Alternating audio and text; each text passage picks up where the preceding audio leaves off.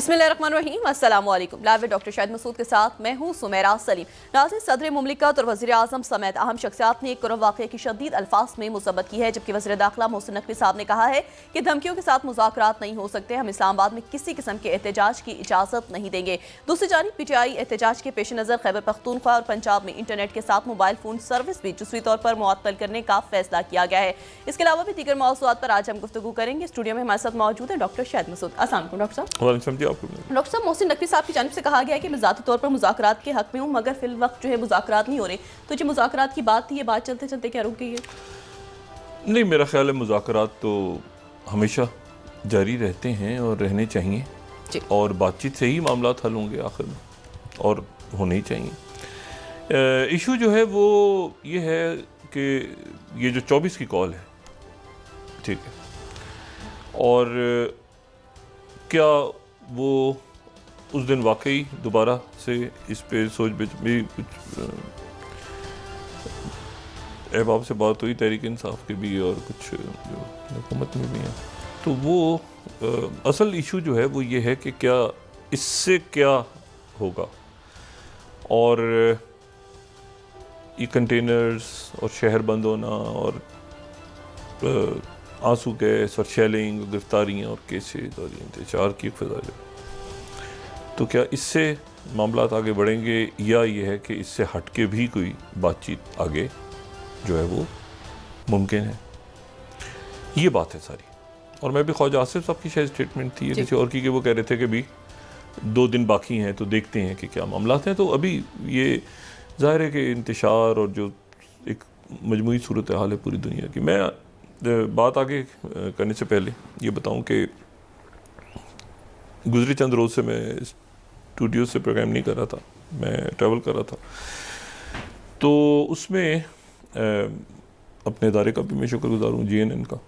उन्होंने जो है वो उनकी भी जहाँ गया तो ज़ाहिर है कि एक पाकिस्तान की नुमाइंदगी होती है, एक अदारे की नुमाइंदगी होती है, और तो छोटा मोटा जो मुझे पिछले कुछ अरसे में, चंद सालों से मैं इमर्जिंग टेक्नोलॉजीज़ और बाकी सारे मामला, तो यूरोप ट्रैवल किया और बहुत ज़्यादा वहाँ पे इंटरेक्ट किया लोगों से। और यूरोप जो है वो, और बुनियादी उसकी वजह ये थी कि वेब समिट वहाँ पे पुर्तगाल में हो रही थी। ये पुर्तगाल जो है ये कोई 1140 ईस्वी से, इसे दुनिया का सबसे पुराना मुल्क कहते हैं। इसकी सरहदें तकरीबन वैसी हैं जैसे 1140 में थी ईस्वी में, वैसी ही तकरीबन सरहदें।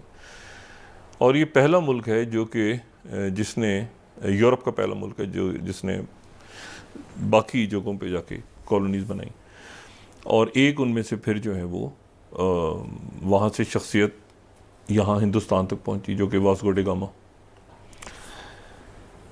तो वहाँ पर जो शहर है उनका लिस्बन, और भी काफ़ी जगहों पे ज़ाहिर है कि आप जाते हैं तो फिर इंटरेक्ट करते हैं लोगों के साथ, मिलते हैं, देखते हैं कि हालात क्या हैं।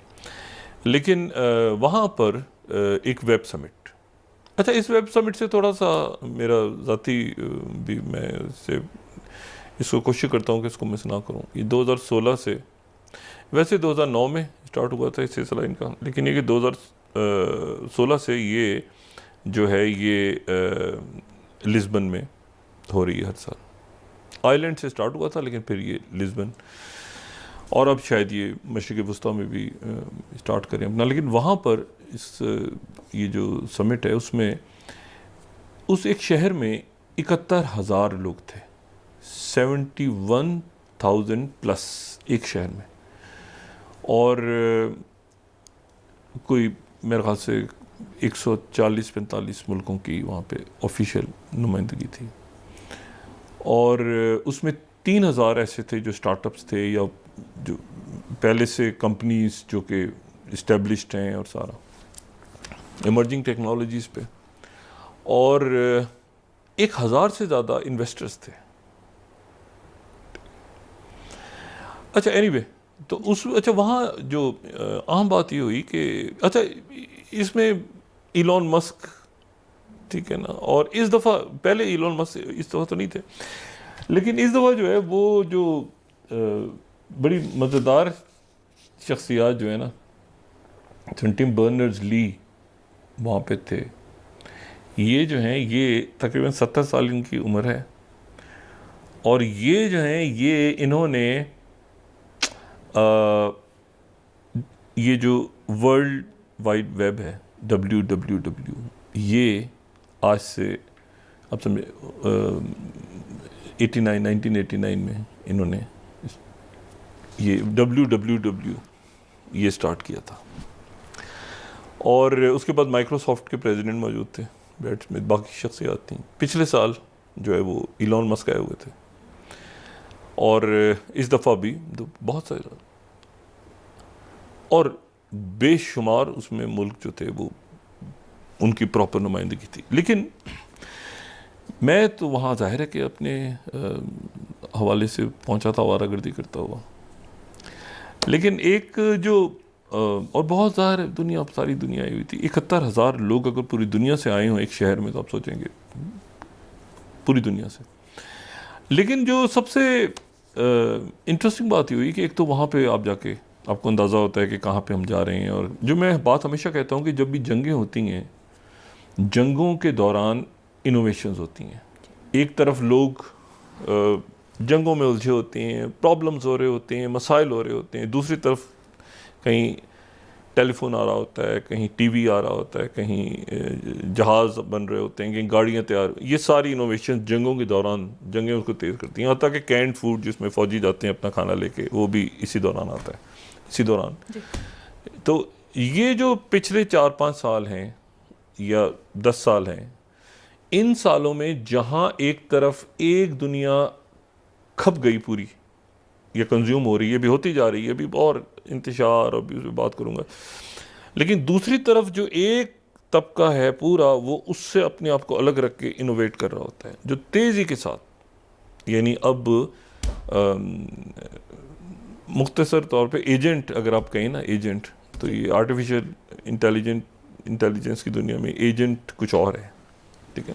AI एजेंट्स पे बात हो रही है, और एजेंसी है तो वो AI एजेंसी, वो मार्केटिंग, वो किसी और हवाले से ये टर्म्स अब किसी और अंदाज में यूज़ हो रही हैं।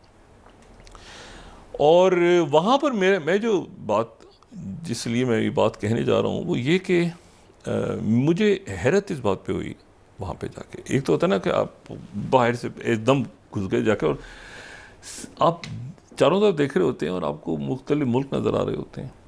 ये मुल्क है, यहाँ पे ये मुल्क है। ऐसे में मैं कोई हुकूमत की तरफ से तो ना मुझे पता था, ना मैं वहाँ गया तो अदारे की तरफ से। और तो लेकिन ये हुआ कि ज़ाहिर है कि GNN और जो मेरा थोड़ी मेरे लिए जो हैरानकुन बात थी वो ये थी कि वहाँ पर इस पूरी खप में किसी को पता, वहाँ पर पाकिस्तान की मौजूदगी थी।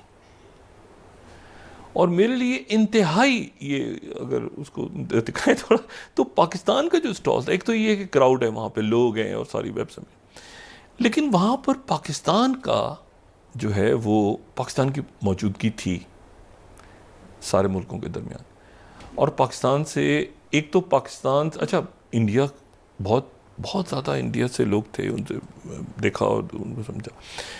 पाकिस्तान से लोग जो हैं वो वहाँ पे एक तो गए हुए थे एज यानी जो जगह एम्बेसी ने अरेंज की हुई थी वहाँ पे। मेरे लिए बड़ी हैरानकुन बात थी। उन्होंने कहा कि जी, मैंने कहा यार ये कहाँ से, इसका तो कोई जिक्र भी नहीं आ रहा, कोई नाम भी नहीं आ रहा, पाकिस्तान को खबर भी नहीं आ रही। ये तो इतनी बड़ी वेब समिट में पाकिस्तान की नुमाइंदगी थी, और वहाँ पे बड़े मतलब ज़बरदस्त किस्म के पाकिस्तान से लोग गए हुए थे। लेकिन उससे हटके भी पाकिस्तान की नुमाइंदगी थी, यानी उससे हटके भी मुख्तलिफ जगहों पे इंडिपेंडेंटली। जैसे मैं तो उस वहाँ पे गया, जाके मिला लोगों से, लेकिन बाकी जगहों पर भी मैं था। लेकिन वहाँ जो पाकिस्तान की ये कितनी इंपॉर्टेंट बात थी कि वहाँ एम्बेसी ने खामोशी से अरेंज किया हुआ था। लेकिन जब वहाँ पे मैं वो साथी, उनसे बात हो रही है, गपशप लग रही है, ये हो रहा है, पीछे खबर आ रही है कि पाकिस्तान में VPN पता नहीं बंद हो गया, इंटरनेट बंद हो रहा है, ये हो रहा है और वो क्या। यहाँ पे जो मैं आपको बता रहा हूँ कि ये बिल्कुल एक साथ साथ हो रहे हैं वाक़यात। अब मैं उधर बैठ के उनको कह रहे हैं अब क्या क्या हो रहा है, ये हो रहा है। तो किसी जगह अब मुझे बताएं कि वहाँ पर कोई पॉलिटिकल पार्टी तो नहीं है, तो पाकिस्तान की बात हो रही है और वहाँ ये मुकम्मल तौर पे रिलेवेंट है कि आप किस पॉलिटिकल पार्टी के हैं, किस पॉलिटिकल पार्टी के नहीं, क्योंकि बात वहाँ पाकिस्तान की हो रही है। ऐसी जगहों पे जाके या बात हो रही है कि यार ये इंडिया से, या ये है कि बांग्लादेश से आए, या ये है कि ये जो है यूरोप के अंदर बहुत बहुत इनोवेशंस हो रही हैं। यूरोप मेरे लिए सरप्राइजिंग कि तमाम तर जंगों के बावजूद जॉर्जिया से, यूक्रेन से, फिनलैंड से, स्वीडन से, ये जो ख़ास तौर पे ईस्टर्न साइड है और वहाँ बहुत बड़ा क्राइसिस आने वाले दिनों में इन जंगों की वजह से बहुत ज़्यादा खड़ा हो गया। और वो हो रहा है कि इमिग्रेशन का जो मसला है, इमिग्रेंट्स का, वो प्रॉब्लम बहुत बड़ा लेकर आ रहा है और वो अमेरिका में भी ला रहा है और वो यूरोप में भी ला रहा है। और यूरोप में तो सड़कों पे लोग और मार कुटाई और ये सारी अफरा तफरी। तो इसमें जो है ये लेकिन मैं सिर्फ आपसे बात ही कर रहा था कि जहाँ कुछ जगह ऐसी होती हैं कि आपको अचानक एहसास होता है कि यार ये तो बड़े, यहाँ पर ये पाकिस्तान का भी तो लगा, तो बहुत अच्छा लगा। अच्छा, दूसरी बात जो है, मैं ये सिर्फ ये कहने जा रहा हूँ कि ये जो अगला कुछ अरसा है ना, ये हमारा ख्याल है कि शायद ये पाकिस्तान में ही हो रहा है सारा। ये तमाम दुनिया में एक ग्लोबल टर्मोइल है जो बढ़ रहा है, स्केल कर रहा है, ठीक है। और ये अल्टीमेटली कहाँ जाके ख़त्म होगा कोई नहीं जानता। ये बढ़ता जा रहा है, बढ़ता जा रहा है। यहाँ पर लोग ये समझ रहे हैं कि सबसे ज़्यादा यहाँ प्रॉब्लम है। दूसरे इलाके में चले जाएं तो वहाँ पर बॉम्बिंग्स हो रही हैं और पता नहीं कितने हज़ार या लाख लोग मर गए, शहीद हो गए, कहीं पर सर फाड़ रहे हैं एक दूसरे का, सड़कों पे लड़ाइयाँ हो रही हैं, आगें लग रही हैं। एक ग्लोबल क्यास है। आप एक जगह से शुरू करें, उसको दूसरी जगह से स्केल कर बढ़ता जा रहा है, बढ़ता जा रहा है, बढ़ता जा रहा है। लेकिन यह है कि इसी दौर में ये होता है कि फिर लोग जो बच के निकलते हैं या जो लोग अपने कामों पे लगे रहते हैं, जो बिल्कुल, इसको मैं इस तरह से देख रहा था, मुझे ऐसे लग रहा था जो कोविड में अनसर्टिनिटी नहीं आ गई थी पूरी दुनिया में, कब क्या होगा, अब कैसे होगा, क्या होगा। तो उसमें होता है कि सबसे पहले आप अपने आप को सुकून से, आराम से जो है ना कि उस वाली कैफियत में ले जाएं कि बिल्कुल आप सुकून से बैठ जाएं आराम से। वो जो बेचैनी, क्या होगा, कैसे होगा, तो भागम दौड़, इधर लोग उधर से कोई डिपोर्ट हो रहे हैं, इमिग्रेंट्स आगे, अमेरिका में क्या होगा, आगे भी तो आराम सुकून से मुल्क अपने आप को संभालें, ठीक है। क्योंकि ये मुझे ऐसा लगता है कि ये एक बहुत बड़ा टर्मोइल है और ये जो टेक्टोनिक प्लेट्स हिलती हैं ना, तो वो एक पूरा सिस्टम एक कई दहाइयों के बाद, आगे पीछे या सदियों के बाद, तो वो तेज़ी के साथ हो रहा है। इसमें आप ये देखें कि जो ट्रंप एडमिनिस्ट्रेशन है, उनके आने से पहले ये जो भी ट्रंप एडमिनिस्ट्रेशन होगी, ये कोई रवायती एडमिनिस्ट्रेशन नहीं होगी। यानी चाहे वो कोई अरब मुल्क हो या यूरोपियन मुल्क हो या इंडिया हो या पाकिस्तान हो या वो चाइना हो, वो ऐसे लोगों से बात कर रहे होंगे जो कि रवायती ब्यूरोक्रेट्स नहीं होंगे, जो कि रवायती डिप्लोमेट्स नहीं होंगे। उनमें से कोई इलॉन मस्क है, ठीक है, जिसको कहा कि भाई यहाँ तो मतलब वो कोई ब्यूरोक्रेट तो नहीं है ना, ठीक है ना।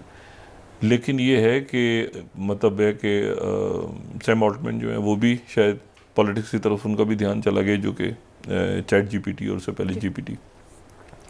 तो बात ये है कि ना रवायती वो पॉलिटिशियंस हैं सामने मद्दे मुकाबिल, ना रवायती ब्यूरोक्रेट्स हैं, ना रवायती अब बात हो रही है एक दूसरे से। यानी अब वो नहीं है कि जी एक डिप्लोमेट्स का होता है ना, डिप्लोमेटिक लैंग्वेज में बात करो, कहीं हो भी रही है लेकिन वो आपको ख़त्म होता है सिलसिला जगह, स्ट्रेट टॉक हो रही है और उसके बावजूद जो है ना जंगें फैल रही हैं। अच्छा, इसमें जो पिछले 24-48 घंटों को आप देख लें तो इसमें सबसे जो एक तो वो जो इंटरकॉन्टिनेंटल बैलिस्टिक मिसाइल टेस्ट की है रशिया का, मैं वही हमेशा कहता हूँ कि रशिया 75% एशिया में और 25% यूरोप में, अगर उरल पहाड़ों से हम लें। और कॉन्टिनेंट नहीं बल्कि यूरोप और एशिया शायद एक ही हैं, यूरेशिया एक बड़ा लैंड मास है। तो अगर वो इंटरकॉन्टिनेंटल कहते हैं तो 2 कॉन्टिनेंट्स में फिर एक तो वो ज़ाहिर है अमेरिका तक, तो 5,500 किलोमीटर्स रेंज का ये जो है ये इंटरकॉन्टिनेंटल, क्योंकि कॉन्टिनेंट तो दूसरा ही है। लेकिन साथ ही वो फिर यूरोप को भी लेते हैं, इसमें नेटो को भी ऐड करते हैं, तो वो फिर वहाँ पर कॉन्टिनेंट की तारीफ अलग हो जाती है। लेकिन वो तजर्बा किया और वही कि जिस स्पेस में गया और फिर उसके बाद जाके नीचे दोबारा एटमॉस्फेयर में आया और दूर जाके हिट किया अपने हाथों को, तो वो टेस्ट किया। लेकिन उसके साथ ही जो है वो दूसरी जो मेरे ख्याल से सबसे ज़्यादा उनकी तरफ से जो सख्त बात हुई है, एक तो मिसाइल टेस्ट हुआ, दूसरा चूँकि इससे पहले जो है वो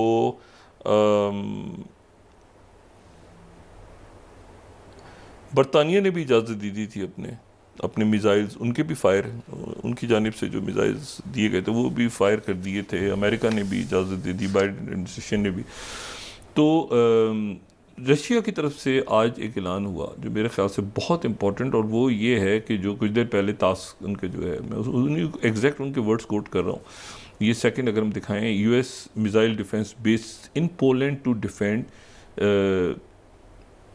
जो है वो वहाँ पे मौजूद है। ये जब ये स्टार्ट हुआ था सारा सिलसिला, तो उस वक्त ये हिट करने जा रही हैं, कह रहे हैं कि हम इसको हिट करेंगे, ठीक है। अच्छा, अब जो है ये उनकी तरफ से ये बात होना जो है कि हम यहाँ पे हिट करेंगे पोलैंड के अंदर। अच्छा, पोलैंड में जो है वो एम्बेसीज़ वगैरह मुख्तलिफ खाली करवा ली गई, जो कि बड़ी एक अजीब सी बात है। ये जो है ये रेज़िकोवो के इलाके में ये मिसाइल डिफेंस फैसिलिटी बाल्टिक के करीब, वहाँ पर एक डिफेंस सिस्टम है और वहाँ पर ये मौजूद है। और इसी तरह से ये रोमानिया में भी है और ये पोलैंड में भी है। और ये जो है ये बड़ी एक संगीन मामला होगा कि अगर वो जवाब में हिट करते हैं। ये बुश दौर में स्टार्ट हुआ था प्लान, और उस वक्त ये था कि वो जो न्यू यूरोप और ओल्ड यूरोप इस तरह की बात हो रही थी डोनाल्ड रम्सफील्ड के वक्त में। लेकिन फिर उसके बाद 2016 में ये स्टार्ट हुआ और पिछले साल प्रॉपर इसका उनका जो मिसाइल डिफेंस सिस्टम है उसका, वो कह रहे हैं हम इसको पोलैंड में हिट करेंगे। अब पोलैंड जो है वो जाहिर है कि ये पोलैंड तक मामला जो जॉर्जिया के अंदर हंगामे हो रहे हैं, लेकिन जॉर्जिया में वो प्रो रशियन गवर्नमेंट के अगेंस्ट हो रहे थे, तो वो उसमें ये था कि धरना तख्ता उधर जॉर्जिया का, लेकिन अल्टीमेटली जॉर्जिया रशिया की तरफ ही जा रहा है और उधर से पुतिन जो है वो आगे बढ़ते जा रहे हैं। ज़ेलेंस्की जो हैं उन्होंने कल फॉक्स पे मैं उनकी बात सुन रहा था, तो उन्होंने कहा ज़ेलेंस्की ने इंटरव्यू में अपने कि हम जो है वो डिप्लोमेटिकली तैयार हैं कि हम इस मामले को हल करें, और लेकिन डिप्लोमेटिक मामला कैसे हल होगा, क्या होगा, और अब तो वो मामला ख़राबी की तरफ जा रहा है। जो प्रीमियर शी जिनपिंग हैं वो ब्राज़ील में मौजूद है। और मैं हमेशा ये बात उस दिन मैंने की थी कि अगर वो लैटिन अमेरिका में पहुंचा है चाइना, तो इसका मतलब कि मोनरो डॉक्ट्रिन का ख़ात्मा हो गया, कि जिसमें लेफ्ट हेमिस्फीयर और वेस्टर्न हेमिस्फीयर और ईस्टर्न हेमिस्फीयर। तो ये जो है ये बड़ी एक इम्पॉर्टेंट बात है कि वो ब्राज़ील में और वहाँ पर उन मुल्कों में जिन मुल्कों के इमिग्रेंट्स को भी निकालना है, तो वहाँ पर एक तनाव पैदा होगा ट्रंप के आने के बाद के मैक्सिको के लोगों को, चिली के इधर निकालो, सबको निकालो, और वहाँ चाइना बैठा हुआ है ब्राज़ील में। बाकी अब ब्राज़ील का एक लिंक पुर्तगाल से भी बनता है, बड़ा इंटरेस्टिंग, वो मैं बाद में कभी बात करूँगा उस पर।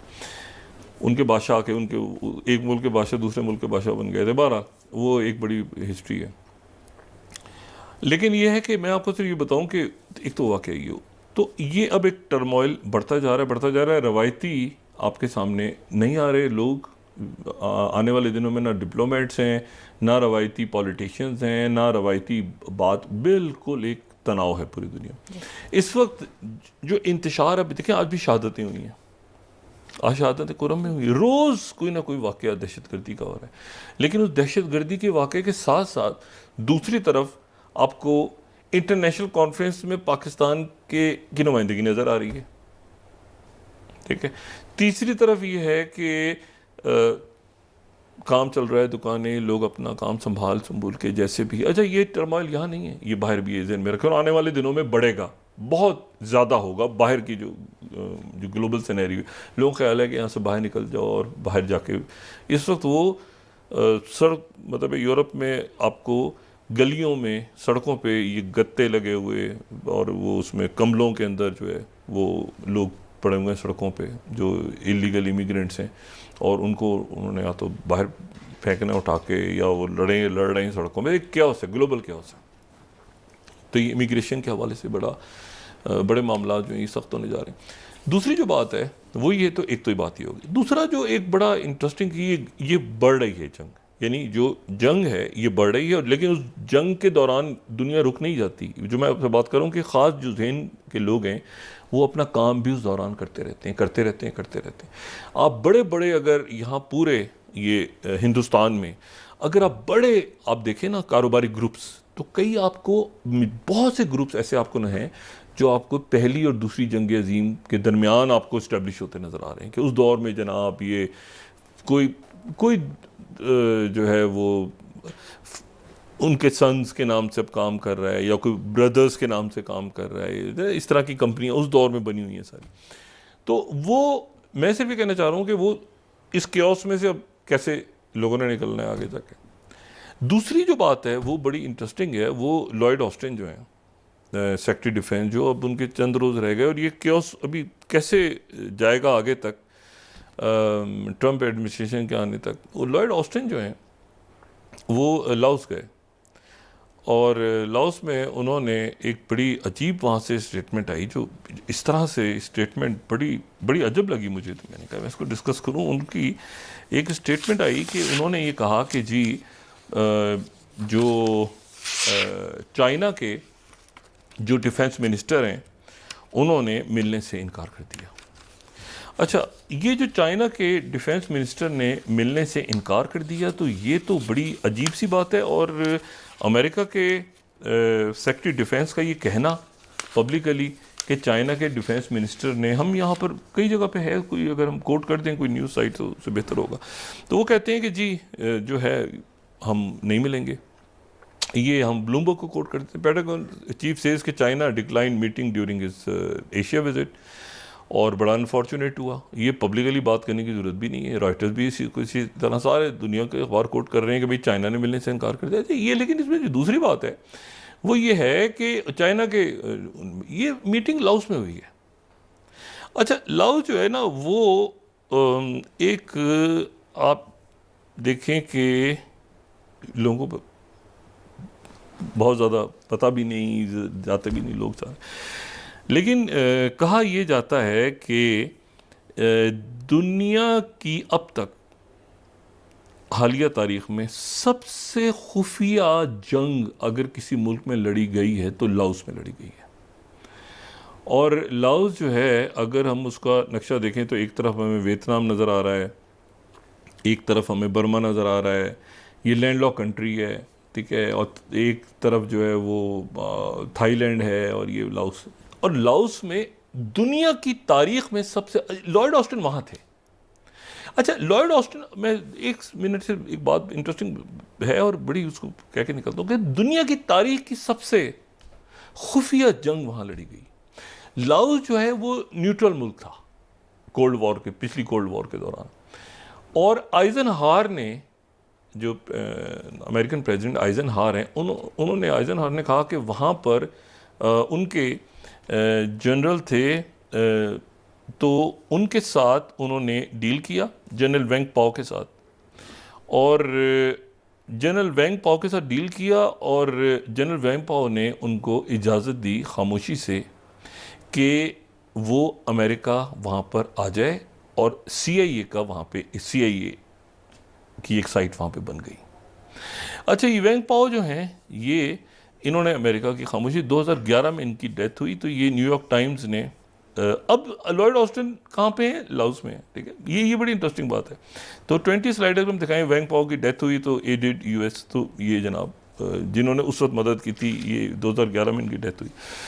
लेकिन इसमें जो इम्पोर्टेंट बात है वो ये है कि अच्छा, आइजनहावर के बाद फिर कैनेडी ने, जब कैनेडी आए, फिर उसके बाद फिर जॉनसन आए, फिर उसके बाद जो है निक्सन आए, तो उन्होंने उसी पॉलिसी को कंटिन्यू किया। वो ये था कि वो डोमिनो इफेक्ट था कि जी अगर ये निकल गया हमारे हाथ से, लाओस निकल गया वियतनाम के बाद, तो फिर सारा साउथ ईस्ट एशिया निकल जाएगा। डोमिनो थ्योरी ये थी कि तो यहाँ पे एक जगह बना के रखो। उस जगह का जो नाम है वो रखा हुआ था लीमा साइट 85।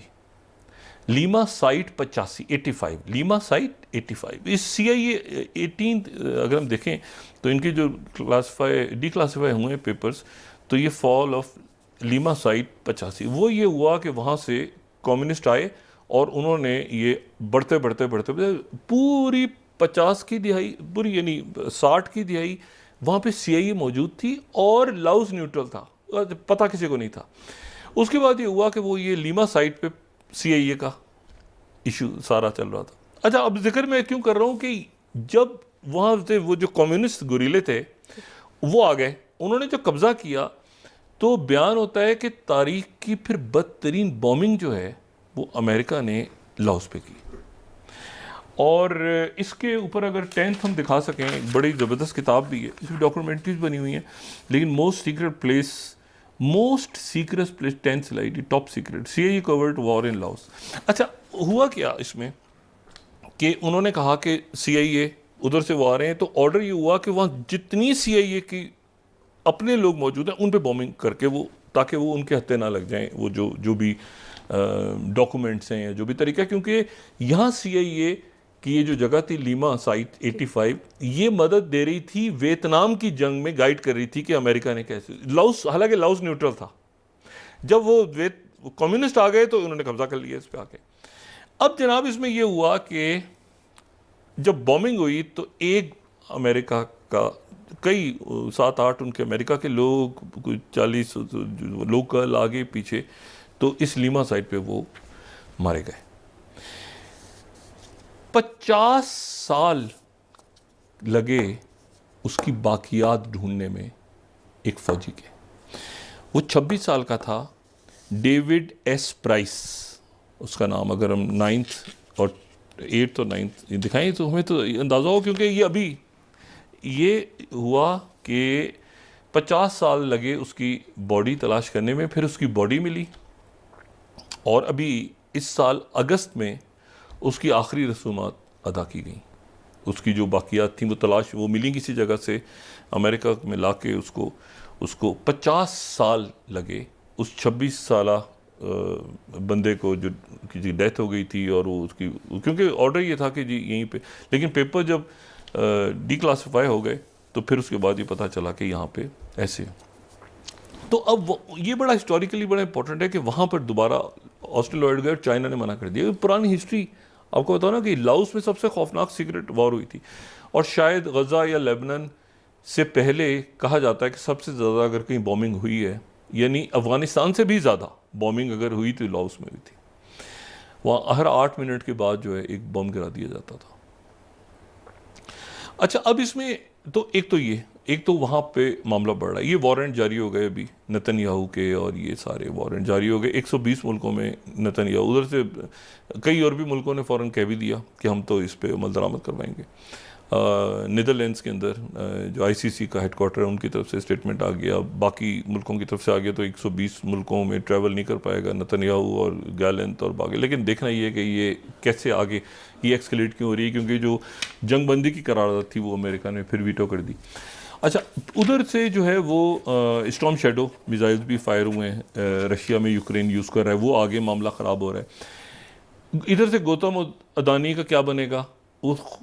एक तरफ सारा मामला एक तरफ पड़ा हुआ है, गौतम अदानी ग्रुप जो है अदानी, वो जो है वो उसमें गौतम अदानी के पीछे अमेरिका लग गया बुरी तरह से, और पता ही चल रहा है कि जी 265 मिलियन जो है उस बंदे ने, गौतम अदानी ने रिश्वत दी, जिसमें उनके एक पुराने जो है वो चीफ मिनिस्टर भी हैं एक उनकी रियासत के। ब्रेक के बाद डॉक्टर डिस्कस कर लेते हैं। अब ये जो पूरा ग्लोबल केओस है, और उसके नतीजे में $2 बिलियन का फ़ायदा उठाया, इनको रिश्वत खिलाई और फ़ायदा उठाया, और ये मामला अपनी जगह चल रहा है। उधर एडमिनिस्ट्रेशन उधर बैठ गई आके, क्या ये उसको कैरी करेंगे, कैसे उधर ग्लोबल क्या। इसमें जो वाहिद बात है ना वो ये है कि बिल्कुल आप उस मोड में चले जाएं जैसे कोविड में था ना, कि बिल्कुल डाउन। अब ख्याल है यहाँ हो रहे हैं, नहीं, पूरी दुनिया में ग्लोबल केओस है, इंतशार ना फैलाएं। इसमें जो रगड़े गए लोग रगड़े गए, पूरी दुनिया में ऐसे ही हो रहा है, ठीक है ना। कहीं इधर से उधर चले जाएं, यूं कर लें, ऐसे कर लें, ऐसे बिल्कुल ठंडे होकर आराम सुकून से, क्योंकि ये जो क्योस है ये भी बढ़ेगा और उसमें रियासतें सिर्फ अपने आप को देखें। और मैंने कहा देखें कि यहाँ पर जिक्र भी नहीं है। मैं अगर वहाँ जाता मुझे कोई पता, मैं तस्वर भी नहीं करता कि ये लिस्बन की कॉन्फ्रेंस में, वेब समिट में पाकिस्तान की प्रेजेंस है। लेकिन मैं आपको सिर्फ ये बता रहा हूँ कि इसमें मुल्क अपना काम कर रहे हैं, रियासतें अपना काम कर रही हैं, कहीं आज ये आइडियाज़ में एक्सरसाइजेज हो रही हैं, साथ सिक्योरिटी का थ्रेट भी है, साथ ही इकॉनमी भी चल रही है आगे और चलेगी आगे। लेकिन उसके साथ साथ आपने ये इश्यूज, और इसी में कहीं मतलब है कि कहीं अभी तो रियासत अपने आप को बना रही है ना, फिर ये शक्ल क्या लेंगी, कौन से ब्लॉक्स होंगे, कौन सी दुनिया किस तरफ आगे जाएगी, कैसे ये सारी जो जंगें हैं कहाँ तक बढ़ेंगी। देखें ना, अब अभी इमास होस्टन फिर दोबारा पहुँचे हुए हैं, वो पूरी कोशिश करवा रहे हैं कि लेबनान की और इसराइल की जंग ख़त्म हो जाए, लेकिन ये कि जंग तो ख़त्म नहीं हो रही, जारियत है, कत्लेआम है। तो ये मामला जो हैं वक्फा ने फिर उसके ऊपर बात करेंगे। नाज़रीन वापस आते हैं एक छोटे से ब्रेक के बाद।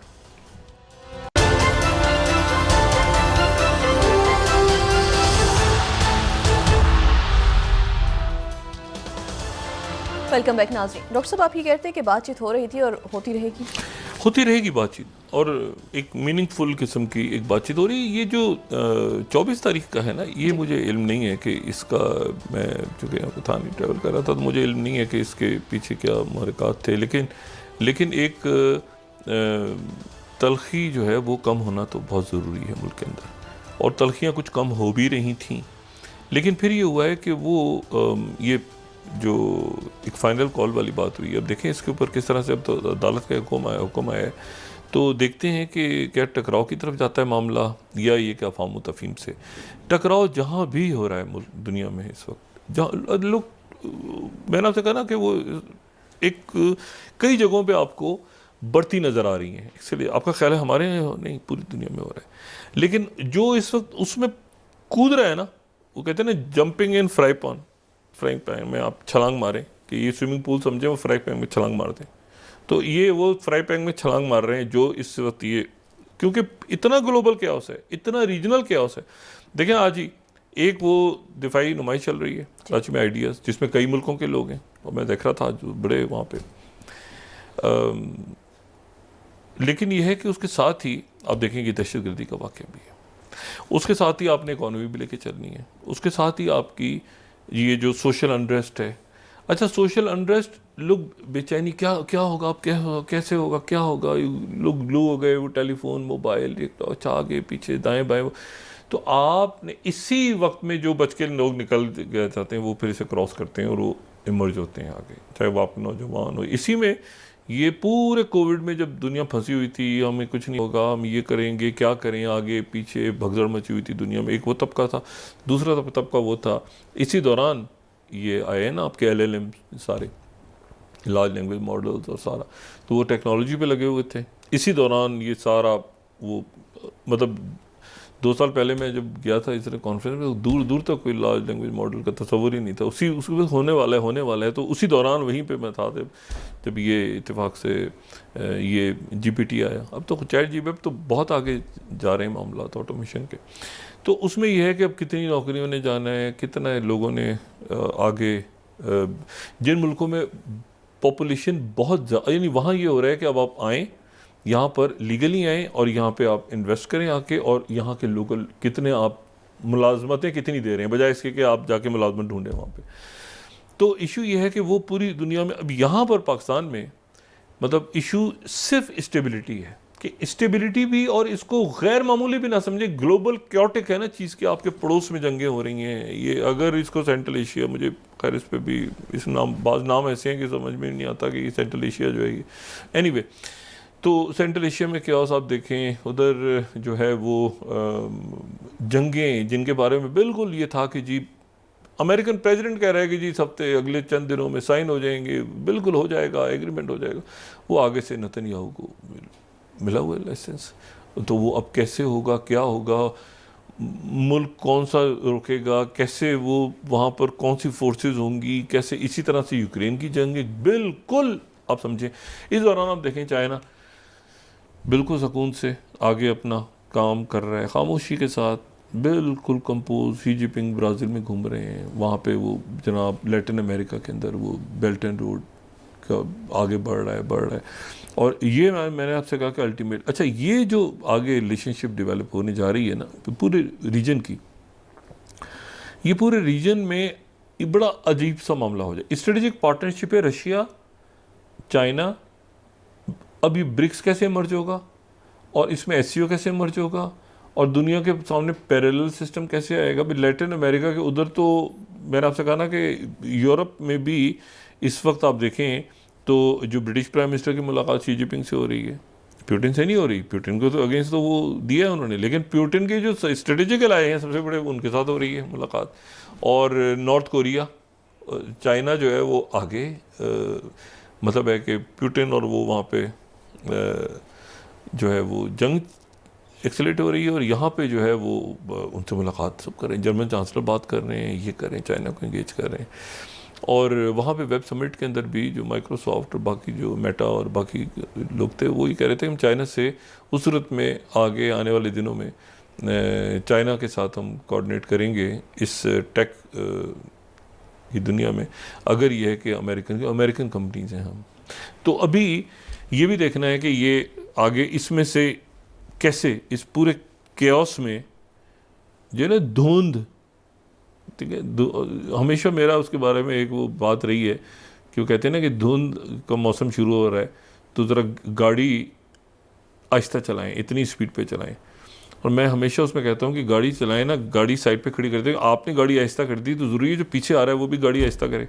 आपने पता चला 40 पे कर दी, वो पीछे वाले ने 80 पे वो मारा सर पे जाके, तो अब गाड़ी साइड पे। इसी तरह आप सब हो जाए कि लोग इस वक्त जो है फ्राई पैन में छलांगे मारें, ओ भाई साइड पे हो जाएं, इस वक्त साइड पे बैठें। नंबर 1। नंबर 2, ये डायलॉग होना ज़रूरी है, लाजिम है कि बातचीत हो, मुज़ाकरात हों, एक दूसरी ये कोई हक़ व बातिल का इसमें बैठें, मामलात को हल करें, जहाँ जिसके साथ ज़्यादती हो रही है उसे ख़त्म किया जाए। लेकिन ये उस वक्त होगा जब इंतशार नहीं होगा। इंतशार में तो क्योस है ना, तो वो मार दो इसको, ये करो, इसको गिरा दो, इसको ये तोड़ फोड़, ये उधर भी पुलिस अपनी है, उधर भी सिक्योरिटी फोर्सेज हैं, उधर आवाम भी अपने सारे, तो उधर वो उसका सर फोड़ रहे हैं, वो उसको मार रहे हैं। नहीं, इस वक्त सबसे इंपॉर्टेंट बात यह है कि आप स्टेबल करें पहली चीज़ों को, ज़रा डी एस्केलेट करें। फिर उसके बाद मतलब पहले तो ज़रा तनाव कम, अच्छा तनाव कम हो गया था ये बयानात वगैरह इसमें भी, लेकिन वो एकदम से अचानक जो है वो चूँकि फ़ाइनल कॉल वाली चीज़ आई, मुझे नहीं पता कि वो फ़ाइनल कॉल में ज़ाहिर है अब एक फ़ाइनल स्ट्रेटजी तो आ गई है खान साहब की कि वो करेंगे इसमें मुकम्मल तौर पे, तो लेकिन अदालत का फ़ैसला भी है। तो अब उसमें देखना ये है कि मुकदमात भी बनेंगे, ज़ाहिर है। अभी तो मुहसिन नकवी साहब की बात सुन रहा था, तो ये अब देखना है कि कैसे सारी चीज़ों को साथ लेके चलना है और उसमें टकराना भी नहीं है, लेकिन बात भी होनी चाहिए। फिर कैसे, तो अभी तो अनसर्टेनिटी है हर तरफ, लेकिन यह है कि हमारे जो 3-4 बुनियादी इश्यूज़ हैं ना, उन इश्यूज़ को साथ रख के फिर बाकी मामलात को गिराओ जलाओ, गाड़ियाँ तोड़ दी, जला दी, किसी कोई भी गरीब आदमी का ठेला जल गया, उसने उसको मार दिया, उधर से पुलिस वाले उठा के ले गए, उधर से वो फिर एक होता है ना, एक नया चक्कर शुरू हो जाता है। तो इसमें उधर से जो मुज़ाकराती कमेटी बनी थी तो खान साहब ने कहा था ना मुज़ाकरात करें, इजाज़त दी थी, तो वो बात भी सामने लाई जाए कि भाई क्या हुआ, उसमें जो लोग थे वो मुज़ाकरात उनके किधर से हुए, हुकूमत की तरफ से भी। अदालत ने भी आज बात की है कि मुज़ाकरात के लिए कमेटी बनाएं और मुज़ाकरात से मामला हल करें, और फिर अगर नहीं होता तो मुज़ाकरात तो होने हैं ना अल्टीमेटली, लेकिन यह है कि वो उसके नतीजे में नुकसान अपना ना करें। मतलब है कि वो, और आने वाले दिन चूँकि ये सारा क्याओस है ना हर तरफ, ये और क्याओस, ये अभी 2-3 महीने तक तो मुझे बिल्कुल ये जो एक मौसम ऐसा शुरू हो रहा है ना जिसमें आप कहते हैं वहाँ ट्रांजिशन हो रही है, फ्री फॉर ऑल है, कुछ पता नहीं, उधर से वो जनाब बैलिस्टिक मिसाइल फायर हो गया, उधर से चाइना को कह रहे हैं हम तुम बात नहीं करेंगे, जब शी जिनपिंग से बाइडेन मिले, उनके डिफेंस मिनिस्टर से जगह लाउस थी ना, जगह की मैं इसलिए बताया कि उस जगह पर चाइना ने इनकार किया मिलने से, और जबकि एक्सपेक्ट कर रहे थे, लॉयड ऑस्टिन ने पब्लिकली कहा कि मुझसे मिलने से इनकार कर दिया चाइना के डिफेंस मिनिस्टर ने। ये सारा सिनेरियो, गौतम अदानी रगड़ पे रगड़ है, वो हिंदुस्तान पेपर्स कब से आए हुए हैं और वो चलता जा रहा है। और मैं कहना मैंने ये अब इसको कैसे करेंगे सारा सिलसिला। और ये जो है ये यानी आप ज़रा देखिए ना, दो तरफ एक साथ चीज़ें चल रही हैं। एक तरफ आपकी जो है वो पाकिस्तान में ऐसे गई महंगाई, ऐसे करके, और फिर एक जगह से प्लेटो सा नज़र आ रहा है। और लेकिन ये तो वक्ती है ना, अगर आपने इसको परमानेंट, ये मैं हमेशा कहता हूँ ना, economy, security, social unrest, foreign policy, ये इतनी फ्लूइड हो गई है ना। वो कहते हैं ना, ये बिजनेस में भी वो उस शख्स को रगड़ा लग रहा है अब, जो कह रहा है ना कि मैं अगले 4 साल का बिजनेस प्लान बना रहा हूँ, एक बिजनेस प्लान बना रहा हूँ। मेरे पास एक बिजनेस प्लान है जो कि अगले 4 साल का है। पहले साल में इतना होगा, दूसरे साल में इतना होगा। कहते उधर साइड पे जाना तो यहाँ अभी बताओ, अभी के अभी अच्छा, तो कि कौन सा काम अभी हो सकता है? वो 2 साल 4 साल, पहले साल अब ये होगा, दूसरे साल ये होगा, तीसरे साल में ये होगा, चौथे साल में इतना मुनाफा, जो होता था हमेशा। वो दुनिया इतनी तेज़ी के साथ मूव कर रही है आगे, और सिचुएशन इतनी तेज़ी से कि उसमें अपने आप को संभाल के रखें। और डायलॉग लाजिम है, करना चाहिए, उसके बगैर कशीदगी ख़त्म नहीं होगी। ये मुल्क इसी तरह से अजीब सा एक वो रहेगा सारा सिलसिला। लेकिन ये है कि वो बीच में अब ये 24 तारीख आ गई है, तो मुझे नहीं पता कि अब 24 तारीख का एक फ्लूइड सिचुएशन है, किस तरफ जाती है। अभी 2 दिन हैं दरमियान में, तो इंशाल्लाह खैर होगी। जी, बहुत शुक्रिया डॉक्टर साहब। नाज़रीन, इसके साथ ही आज का प्रोग्राम अपने